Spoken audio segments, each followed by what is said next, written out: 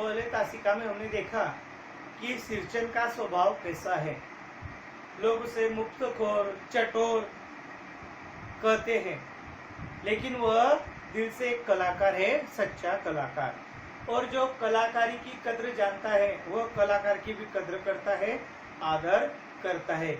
और लेखक की जो माँ है वह भी सिरचन का आदर करती है, उसे अपने घर बुलाती है और अपनी बेटी का संदेश उसे बताती है। देखो दोस्तों, लेखक आगे कहते हैं कि सिरचन जाति का कारीगर है।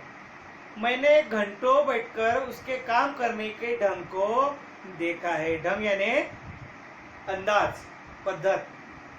एक एक मोती और पटेर को हाथ में लेकर बड़े जतन से उसकी कुच्ची बनाता।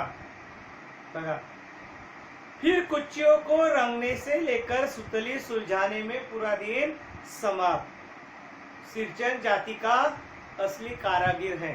वो आराम से, पूरे एकाग्रता के साथ जो कोई भी चीज बनानी है, उसे कहा गया है, वो अपने दिल से, लगन से बनाने के लिए काम में लग जाता है। और उसका अंदाज वे बताते हैं, काम करते समय उसकी तन्मयता में जरा भी बाधा पड़ी कि गेहूं सांप की तरह फुफकार कर उठा। फिर किसी दूसरे से करवा लीजिए काम। सिरचन मोहजोर है, कामचोर नहीं। तन्मयता, तो दोस्तों तन्मयता यानी लगन, अपने काम में वह पूरी तन्मयता से अपना सर्वस्व वह झोंकता है काम करते समय। अगर किसी ने व्यत्यय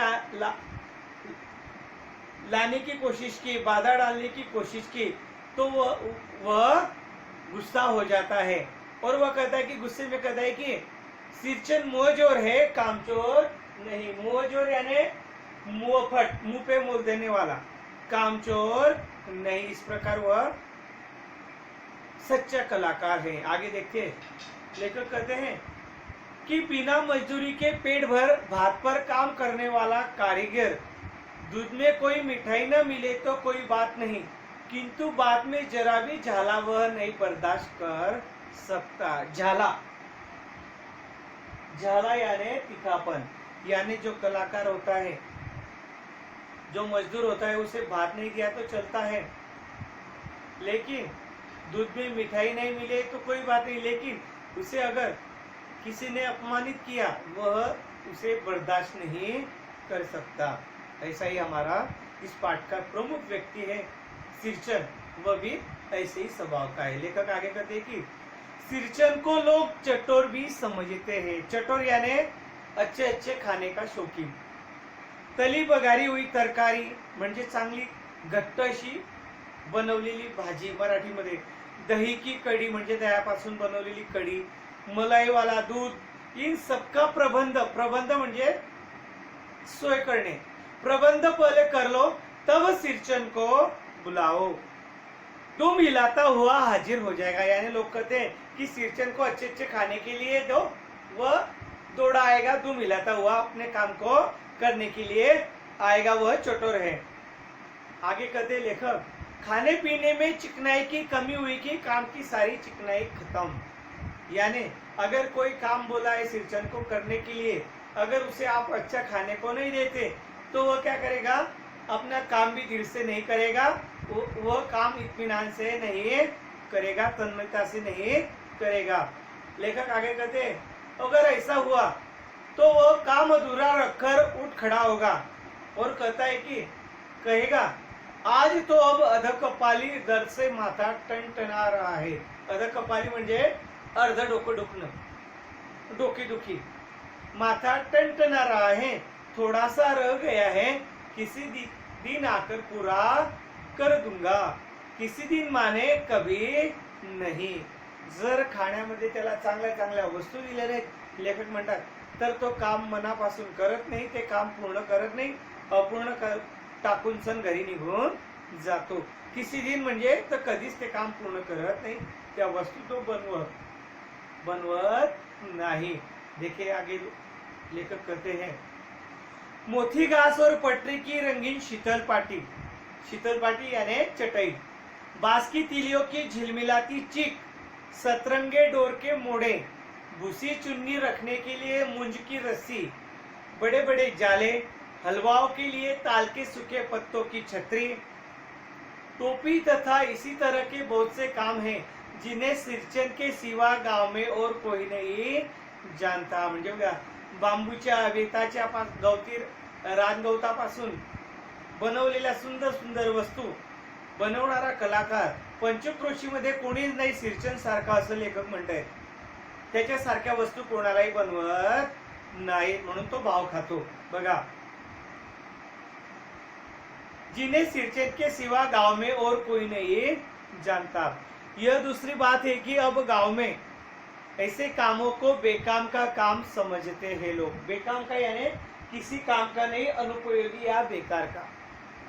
बेकाम का काम जिसकी मजदूरी में अनाज या पैसे देने की कोई जरूरत नहीं. बेकाम का यानी जो काम करने के लिए कहा जाएगा उसके लिए पैसे या अनाज देने की जरूरत नहीं. बस सिरचन को क्या दो, पेट भर अच्छा खिला दो, काम पूरा होने पर एक हाथ पुराना धुराना कपड़ा देकर विदा कर दो, वो कुछ भी नहीं बोलेगा. ऐसा सिरचन व्यक्ति है. लेखक आगे का देखिए, कुछ भी नहीं बोलेगा ऐसी बात नहीं. सिरचन को बुलाने वाले जानते हैं सिरचन बात करने में भी कारगर है.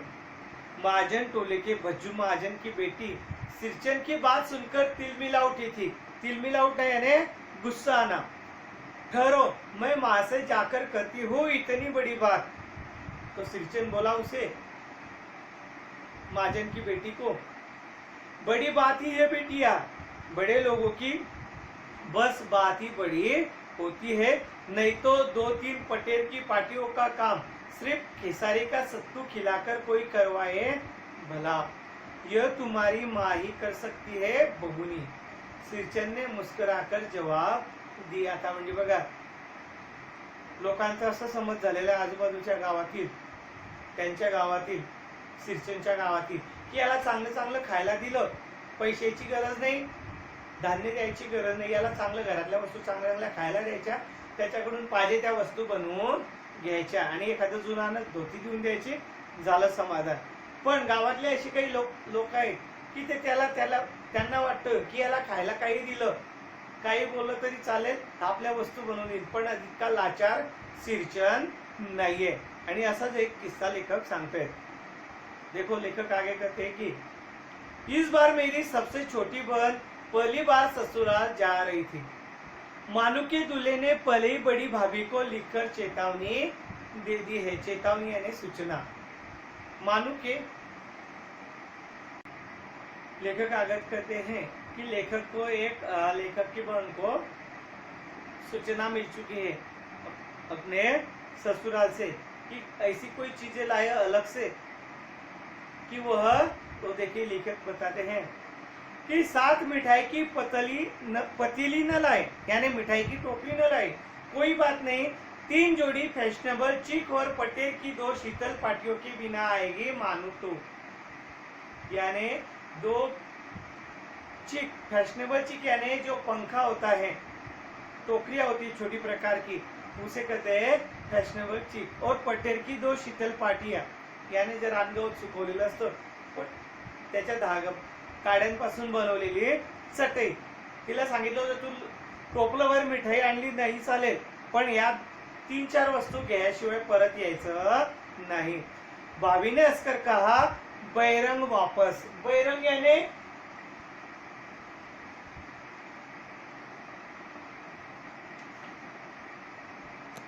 बैरंग वापस यानी बिना टिकट लगा हुआ तुरंत.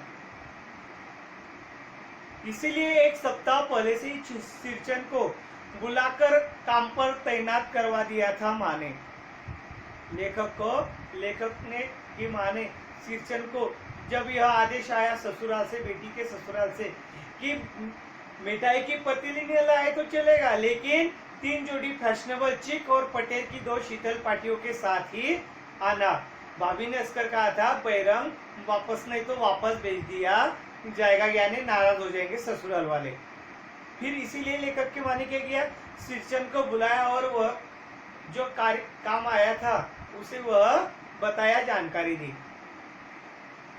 सिरचन को तैनात करवा दिया था माँ ने.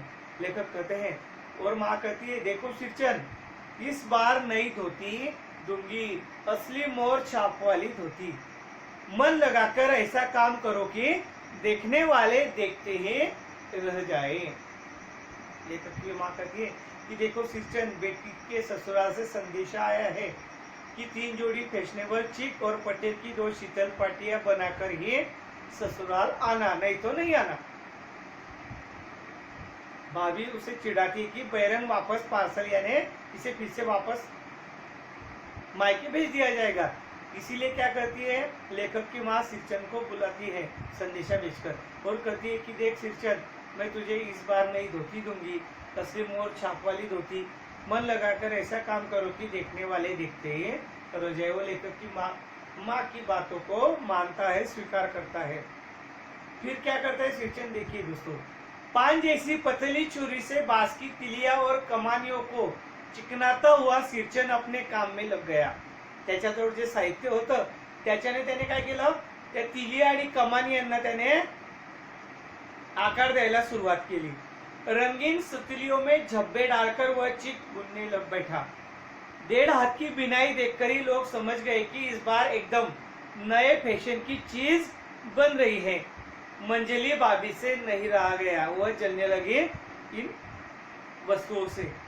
पर्दे की आड़ से बोली, पहले ऐसा जानती कि मोर छाप वाली धोती देने से अच्छी चीज बनती है तो भैया वो खबर भेज देती, यानी मैं भी ऐसी चीजें मेरे भैया के लिए बनवा लेती तेरे से, मैं भी तेरे को नई धोती देती छाप वाली। काम में व्यस्त सिरचन के कानों में बात पड़ गई, उसने सुन लिया और वो कहता है कि देखो, बोला सिरचन बोला, मोर छाप वाली धोती के साथ रेशमी कुर्ता देने पर भी ऐसी चीज नहीं बनती बहुरिया। मानो दीदी काकी की सबसे छोटी बेटी है, वह कहता है कि तुमने मुझे रेशमी कुर्ता और धोती भी दी होती तो मैं तुम्हारे लिए ऐसी चीज नहीं बनाता।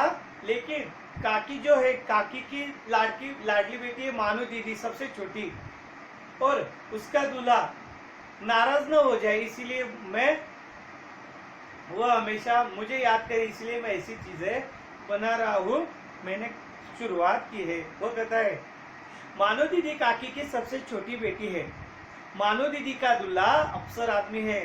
मंजली भाभी का मुंह लटक गया, वह उसे चिढ़ाता है, उसे गुस्सा आता है। मंजली भाभी का मुंह लटक गया, वह नाराज होगी। मेरी चाची ने फुसफुसाकर कहा, किससे बात करती है बहू, मोर छाप वाली धोती नहीं, मुंगिया लड्डू। बेटी की विदाई के समय रोज मिठाई जो खाने को मिलेगी देखती है ना, उसे वह चिढ़ाती है। दूसरे दिन चिक की पहली पाती में 7 तारे जगमगा उठे। 7 रंग के 7 भैया तारा अपने काम में मगन। सिरचन को खाने पीने की सुध नहीं रहती, वह असली कलाकार है, कारीगर है। चिक में सुतली के फंदे डालकर उसने पास पड़े सूप पर निगाह डाली। चिवरा और गुड़ का एक सूखा ढेला। देखो दोस्तों, एक बड़ा परिवार है लेखक का, उनकी चाचा चाची उनके साथ रहते हैं और लेखक की जो बहन है उसकी शादी होने वाली है और उसके ससुराल जाने से पहले उनका संदेशा आया है कि तुम्हारे गांव में जो कलाकार है सिरचन, उसके हाथ से बनी हुई हमारी चीजें बेच देना। और सिरचन भी काकी को मानता है और वह भेंट देने के लिए, लेखक की बहन को भेंट देने के लिए, अपनी अपूर्व भेंट देने के लिए काम में लग जाता है। और जब वह चीजें बनाने शुरू करता है तो जो लेखक की चाचियां होती है वह नाराज हो जाती है, दुखी हो जाती है, उन्हें गुस्सा भी आता है इस पर, सिरचन पर। कर देखो, हम कहते तो वह नहीं बनाता, लेकिन अब लेखक की बहन के लिए वो बना रहा है, इसलिए वो क्या करते हैं, उसके खाने पीने का ध्यान नहीं रखती। देखो, दूसरे दिन चिक की पहली पाती में 7 तारे जगमगा उठे। 7 रंग के 7 भैया तारा अपने काम में मगन। सिरचन को खाने पीने की सुध नहीं रहती। चिक में सुतली के फंदे डालकर उसने पास पड़े सूप पर निगाह डाली। चिवरा और गुड़ का एक सूखा ढेला, उसे ऐसे ही दुय्यम चीजें खाने को दी गई। मैंने लक्ष्य किया यानी ध्यान दिया, सिरचन की नाक के पास 2 रेखाएं उभर आई, उसे वह पसंद नहीं आया। मैं दौड़कर माँ के पास गया। माँ, आज सिरचन को कलेवा किसने दिया? कलेवा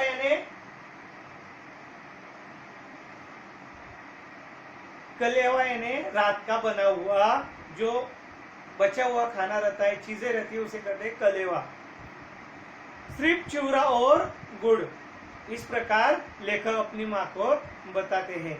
माँ रसोई घर में अंदर पकवान आदि बनाने में व्यस्त थी। बोली, अरे मंजली, सिरचन को बूंदिया क्यों नहीं देती? सिरचन कहता है, बूंदिया मैं नहीं खाता काकी। सिरचन के मुंह में चिवरा भरा हुआ था। उसे अपमानित करते घर के लोग, लेखक की माँ और लेखक छोड़कर। गुड़ का ढेला सुख में एक किनारे पर पड़ा रहा। अछूता लेखक ने वह चिवरा और गुड़ नहीं खाया। उसे मालूम हो गया कि बाकी के जो घर वाले हैं सिरचन पर नाराज हो चुके। इसलिए क्योंकि सिरचन ने उनके लिए कोई चीज नहीं बनवाई थी, लेकिन वह लेखक की बहन के लिए अलग सी न्यारी चीज बना रहा है, इसे वह उस पर गुस्सा हो चुके और उसकी खाने की तरफ ध्यान नहीं देते। वह बात उसके समझ में आ चुकी है। माँ की बोली सुनते ही मझली भाभी की भौहें तान गई। मुट्ठी भर बूंदिया सूप में फेंककर चली गई, यानी अपमानित करके वह मुट्ठी भर बूंदिया भिखारी की तरह, जैसे भिखारी की तरफ देते हैं वैसे डालकर चली गई।